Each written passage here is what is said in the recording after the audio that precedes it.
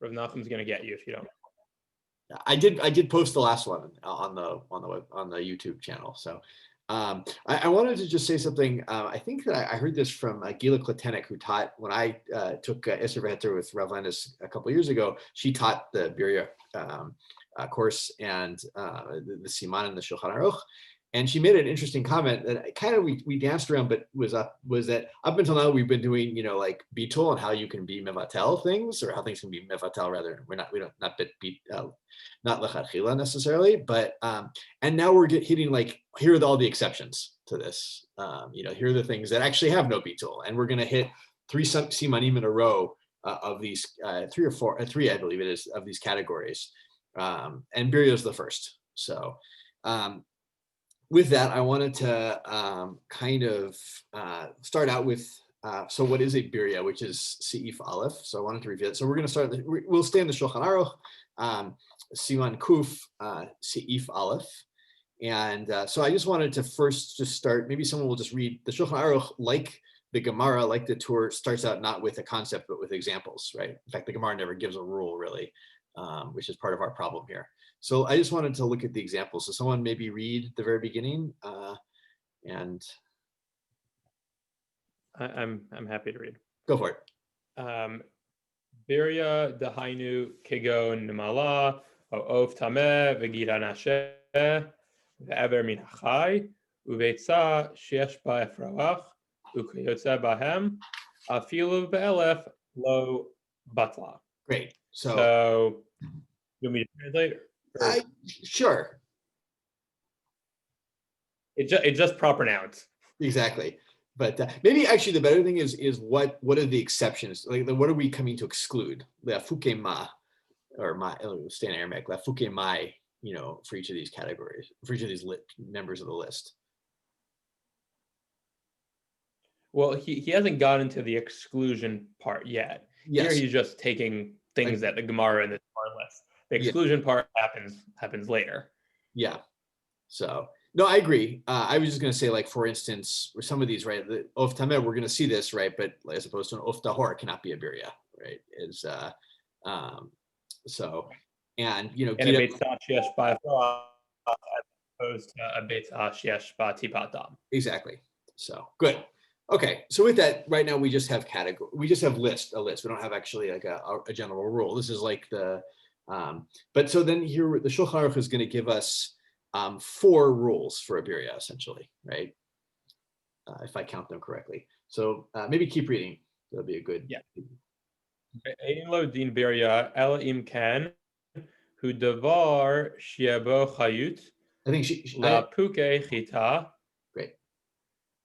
Keep going. Sorry. Yeah, keep going. La puke chita achat shel isor v'chen sarich shia davar she'asor mitchilat briyato la puke of tahor shenit naval v'shor haniskal v'chen sarich shia davar shalem she'im yechalek ein shemo alav la puke chalev v'chen sarich shia shalem.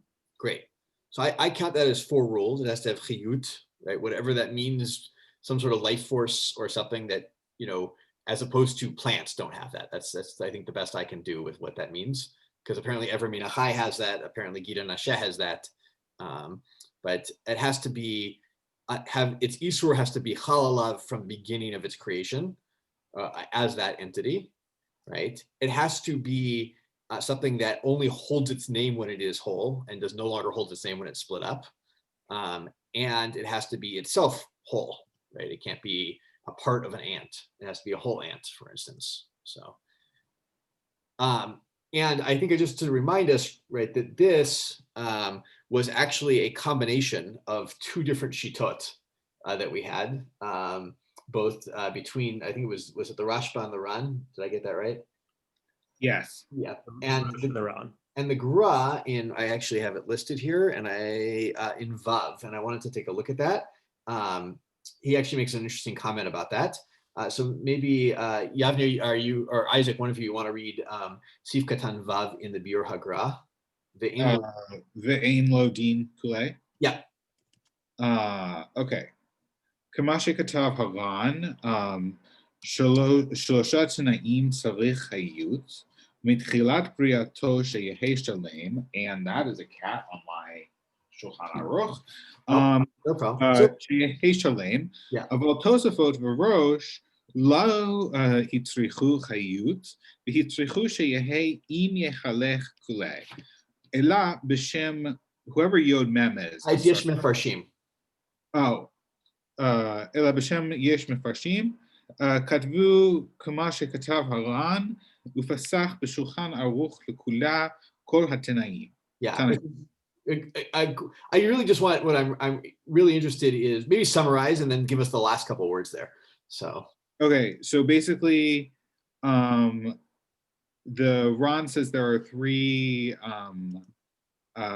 stipulations. Great. You need chayut. It needs to be a Biryah from like the moment it's created, and it needs to be an entire thing. But the Tosafot and the Rosh didn't require chayut, but they did require that, you know, when you divide it, it be called something else. Mm-hmm. But there are other mefarshim who write according to the opinion of the Rosh, and they posking like the Shulchan Aruch. I think. Sorry, I'm going to back you up there, right? That, but the Rosh and so forth, and the Tosfot wrote, but there are those people who say like the Ran said, right? That they say that. But the Shulchan Aruch, how does he piresh?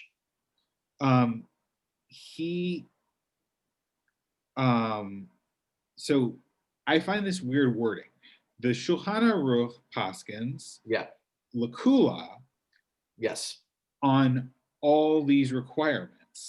It's lakula because he has kol hatanaim, right? They each have, there's three, and there's two that overlap between the two shitot, and one that they're in disagreement about. And what the Shulchan Aruch says, instead of deciding which three he's going to choose, he chooses all four. And but see, that to me doesn't seem like a kula. Well, of course. Well, I mean, well, okay. So it depends. I guess it's a kula in the sense that like fewer things become Biryah, and therefore fewer things are never a batel, and therefore it's easier to have food that's kosher. I think that is what the Ra means there. Someone else can clarify it, but I'm pretty sure that's what he means by that, is that because we're now up to 4 different categories that are necessary, 4 different qualities, let's call it that you're necessary to be a Biryah, it shortens the list of what's a Biryah. Cool. So I think that's just, you know, and so it's just an interesting move that the Shulchan Aruch pulls there, which I don't know how much, you know, the truth is, and I've been racking kind of my brain. It didn't take very long, but I racked my brain a little bit of like, how does this change things? And I don't know if it does much, because at the end of the day, I think really our Biryah is less about those qualifications that you need and more about the list that we have, truth be told, right? It's like, is it an insect? Okay, a whole insect is a Biryah. It might a little bit, if it's missing its legs, for instance, might be an interesting point to that. And that's right. And I just want to point out that, right, if it has to be shalem, right, if it's an ant, but you pulled off a section of the ant or you ground it up or so forth, it's no longer a Biryah, and it can be batel. So, and this is why, you know, you do see this where, especially with a lot of things with vegetables, that if you're putting it in a, you know, you checked, but you're not sure or whatever, and the whole thing about whether you can do this lechatchila is I'm not going to get into, but like you put it into a smoothie, you put it in your blender and you ground up the vegetables, then there's no worry anymore, potentially, because everything's ground up and there's no Biryah left in there. So we should never need smoothie shops. All our smoothie shops don't need to be hechshered. Well, I'm not going to go there. But there might be less chashash at Biryah. Let's put it that way. So, yeah. Well, there's no chashash Biryah, but there is sort of an issue of mevatel isur l'chachila. And there's a whole thing about derabanan, which we're going to get into in a second, and also things about what is b'diavad, if it's like a bunch of non-Jews making smoothies, but you know that it's kosher. But I'm not going to get into all the issues around that. Number one, I'm not sitting in it well enough at the moment, and second of all, I think that's like a very difficult set of halachot. But good. What was the additional issue besides Biryah that Noam was saying? Oh, I think it's mevatel isur lechatchila, right? Is that what you said, Noam? So, but with that, I want to look at the Biryah Hatev, who's going to quote the Taz here about what level Isur the Biryah is. If you look at the Biryah Hatev, it's, how far is it? It's his first comment on this siman, but it's like halfway through. He says v'chatav bataz. Someone want to read for us? Yavni, you haven't read it. If you can find that. Yeah, I'm just finding it. וכתב בתז, דדין כל דברים החשובים דאינם בטלים, הווה רק מדרבנן, ונפקא מינה לספק יהווה דבר חשוב, או לא הווה ספקא דרבנן ובטל.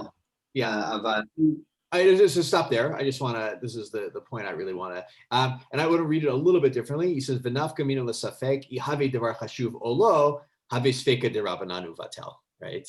And so, right, he says all these categories we're about to encounter, including this one, of things that are chashuv and therefore not batel, that's a derabanan level isur. And so if we have a safek about, does something fit into this category or not, then it's a sfek derabanan and therefore it is batel. Which might, I'm not sure, I didn't see if anyone says this, it might be why the Shulchan Aruch is more comfortable adding, combining the categories and having 4 lekula, because he thinks this is a derabanan isur and therefore is willing to be more makil about it in general. I don't know, it's a guess. So, good, any thoughts on that before we go on to Sif Bet?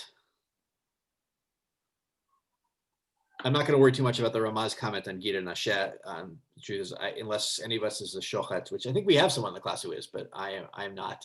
I couldn't tell you a Gita Nashet from any other Gid, so I'm not going to try and go into there.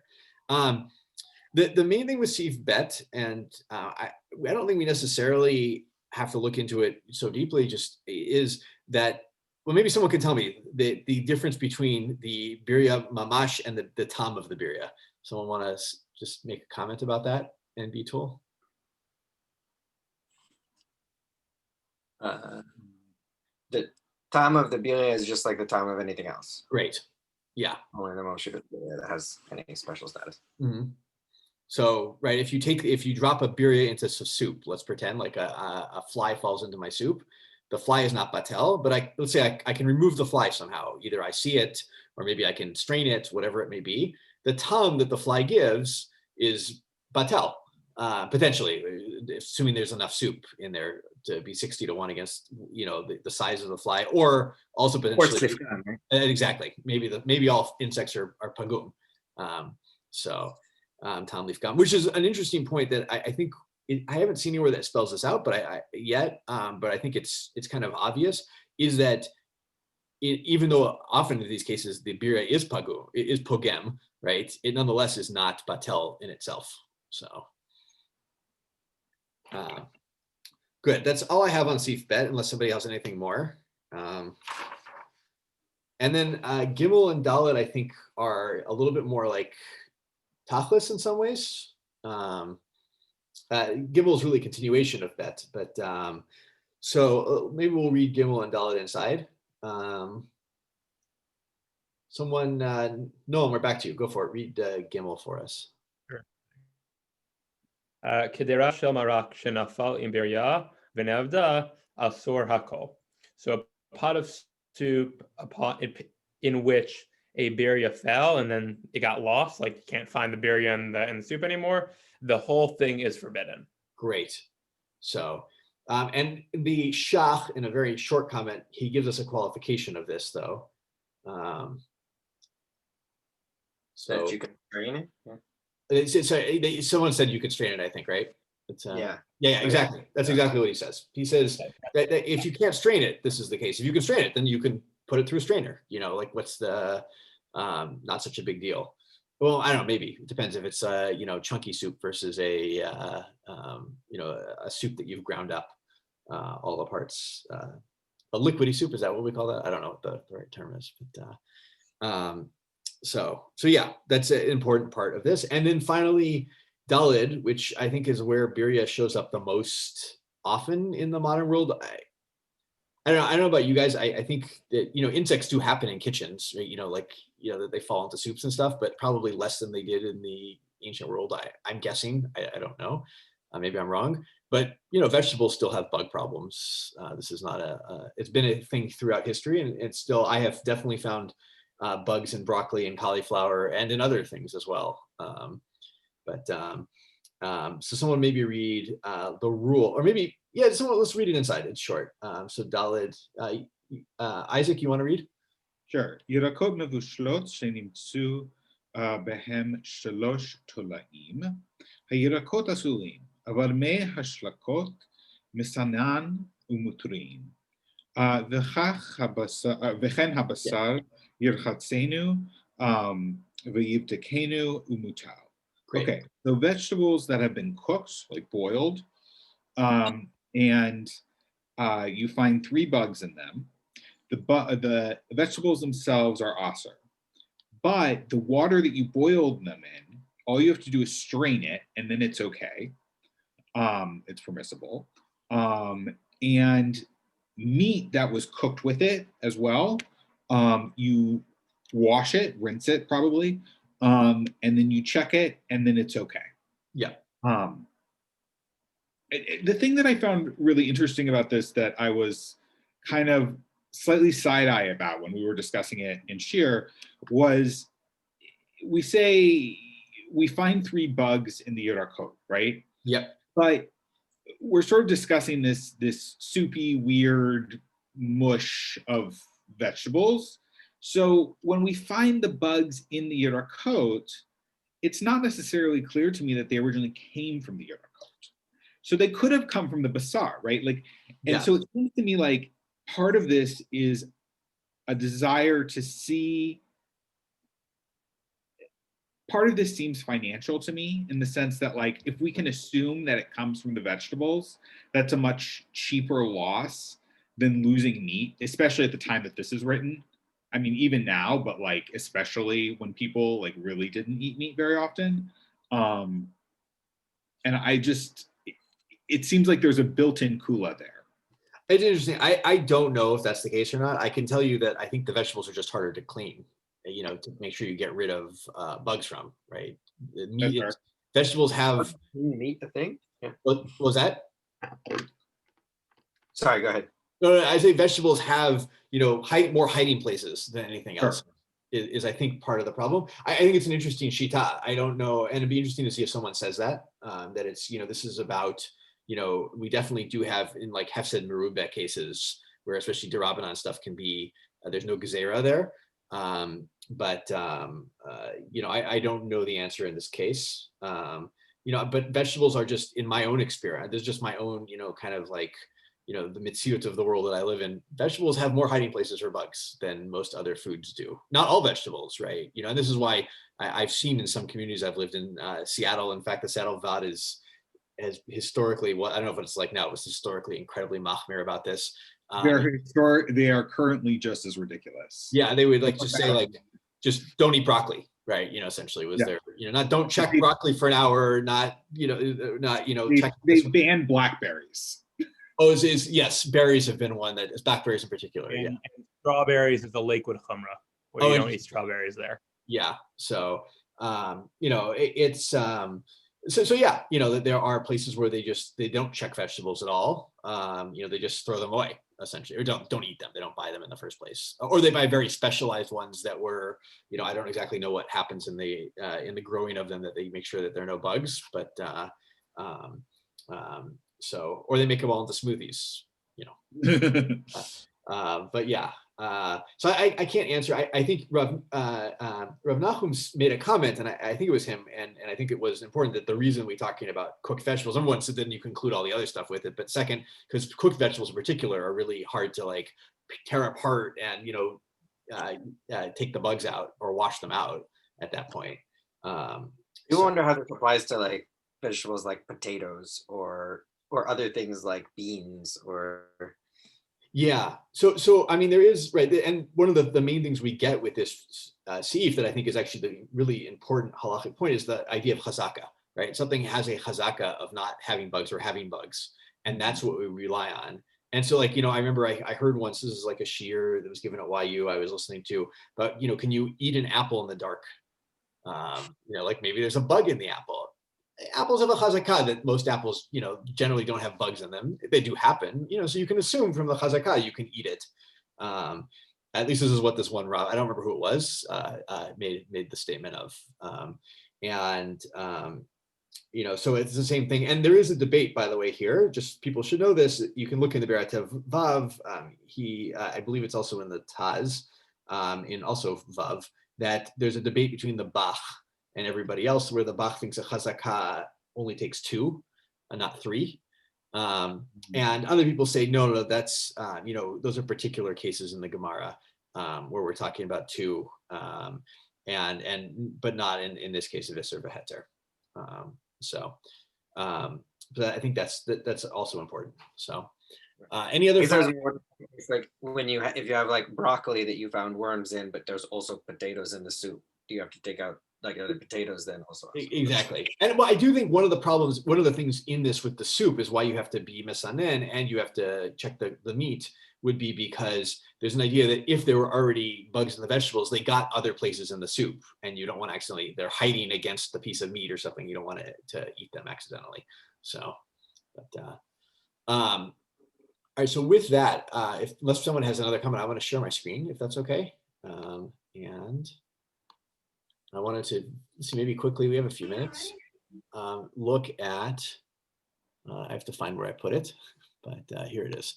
This is the Haratzvi in your idea, and maybe I'll read. Is that okay? We'll see if I make any mistakes. It says Bedin Tolaim, so the rule of bugs. Uvda have besak shel kemach, right? You have a bag of flour.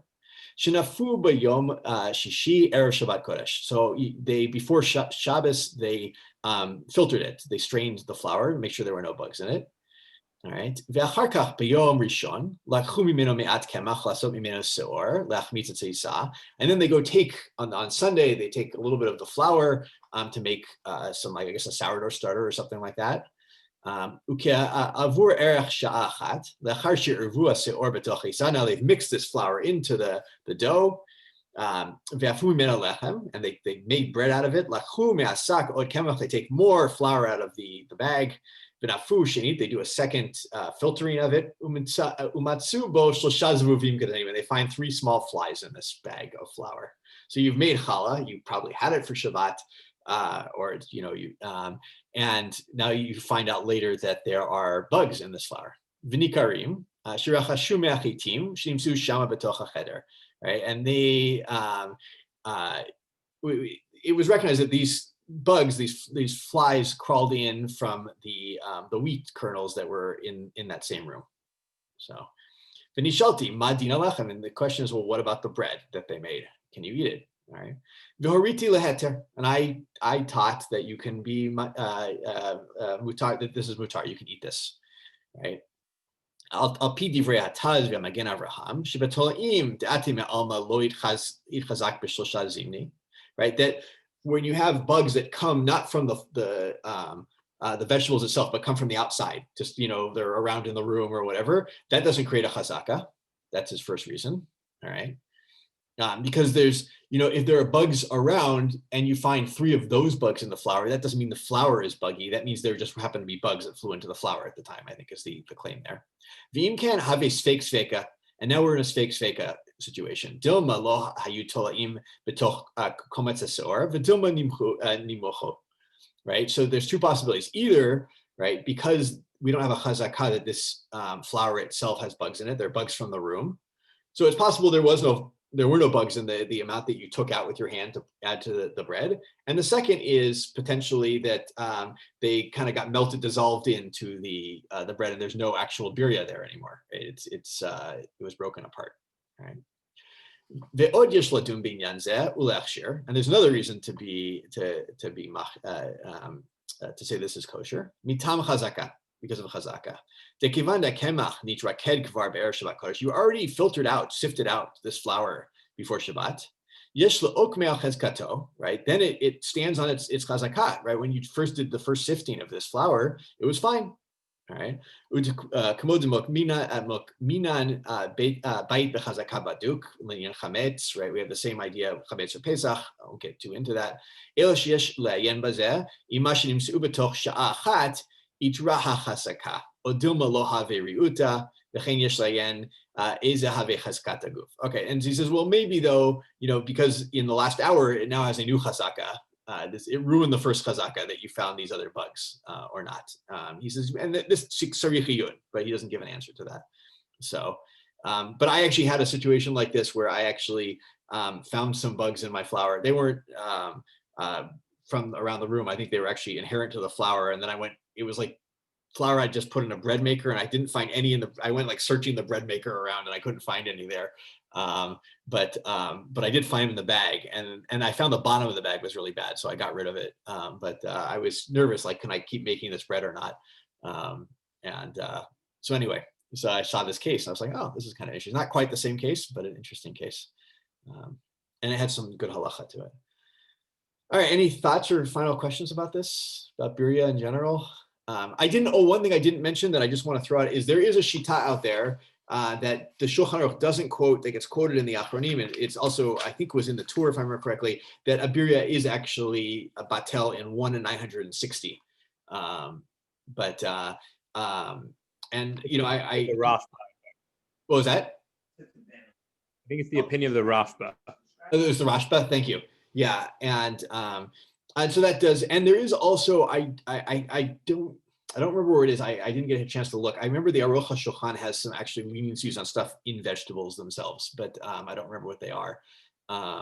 So just to know from like a tachlis again around vegetable stuff. But that's all I have for today. So. Are we going to get more discussion of vegetables in the Shulchan Aruch, or is this literally all we get for the complete insanity that we have around vegetables? I don't remember if there's more or not.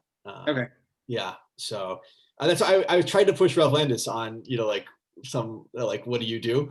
And he seemed to essentially say, like, talk to people who are experts, and they'll I seem to think, like, talk to like farmers and how you get rid of vegetables and bugs and vegetables, and they'll tell you. I think that's how I understood him. So unless somebody else understood differently. Okay. Yeah. So, I don't, I wish I had a better answer. Noam? Okay, great. Anyway, I'll post, thank you. And I'll see everybody next Monday. So, and if you are a Thanksgiving celebrating type person, then may it be a happy one. So, bye everybody. Thanks. Bye. Joel.